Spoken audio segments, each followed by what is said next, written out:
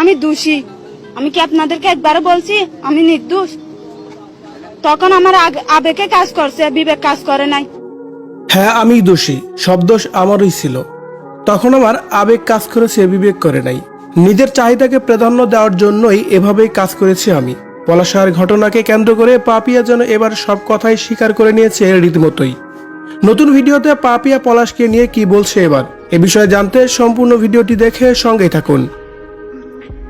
পলাশ সাহা এই দুনিয়ার মায়া ত্যাগ করে চলে গেছে, 1 মাস পার হয়ে গেছে, তবুও যেন এসব বিষয় নিয়ে এখন হচ্ছে অনেক আলোচনা আর সমালোচনা।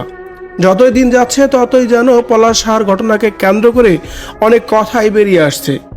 অন্যদিকে পলাশ ঘটনার সাথে যেন তার মেধভাবী পাপিয়া সেন সাহাকে নিয়ে অনেক আলোচনার সমালোচনা হচ্ছে ইতিমধ্যেই।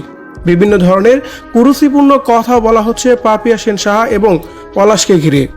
তেমনই নতুন একটি ভিডিও দেখা যাচ্ছে সোশ্যাল মিডিয়ায়।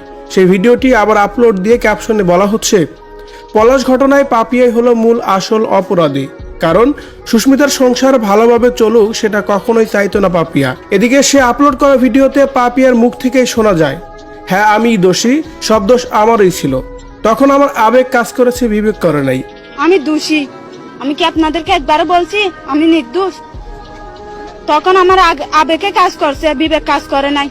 যদিও এই ডায়লগটি ছিল অনেক ভাইরাল একটি ডায়লগ সেই সময়ের, আর সেই ডায়লগের পাপিয়া শাহ শুধু মুখ নাড়িয়েছে। আর এই ভিডিওটি ছিল 2023 সালের করা। নতুন করে এই ভিডিওটি আপলোড দিয়ে পাপিয়া সেনকে নিয়ে আবার ভিন্নভাবেই কথা বলছে দর্শকরাও। এদিকে পলাশ ঘটনায় পাপিয়া যে প্রথম অবস্থায় ভুল করেছিল, সেই ভুলের জন্যই ক্ষমাও চেয়েছে দর্শকের কাছে। পাপিয়া সেন সাহার সেই সময় বলেছিল, হ্যাঁ আমি প্রথমে ভুল করেছিলাম, শাশুড়িকে নিয়ে ভুল কিছু বলেওছিলাম, তাই বলে এইভাবে আমাকে নিয়ে এত বাজেভাবে মন্তব্য করা হবে সেটা আমি কখনো ভাবতেও পারিনি। দয়া করে আমাকে নিয়ে আর বাজে কোনো মন্তব্য করিয়েন না। পলাশ সাহাকে নিয়ে এভাবে যেন বিভিন্ন ধরনের কথাই বলা হচ্ছে এখনো সোশ্যাল মিডিয়ায়। এদিকে নতুন করে আলোচনার জন্ম দিয়েছে নতুন এই ভিডিওকে কেন্দ্র করে। ভিউয়ার্স, পাপিয়ার নতুন এই ভিডিওটি দেখে আপনার কি মনে হচ্ছে অবশ্যই কমেন্ট করে জানাবেন কমেন্ট বক্সে।